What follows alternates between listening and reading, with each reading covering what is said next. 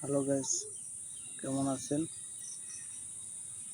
আজকে এত পরিমাণ গরম, 6:50 বাজে, তবুও গরম যায় না।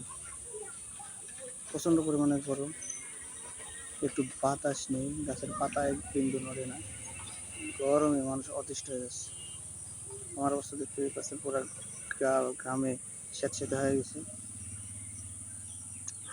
এত গরমে বাড়ির ভিতরেও ভালো লাগে না, রুমেও ভালো লাগে না, ফ্যানের বাতাসও গরম লাগে, ঠান্ডা লাগে না। বাইরে বসে আছি, বাইরেও শান্তি নেই, এত পরিমাণ গরম, অসহ্যকর গরম।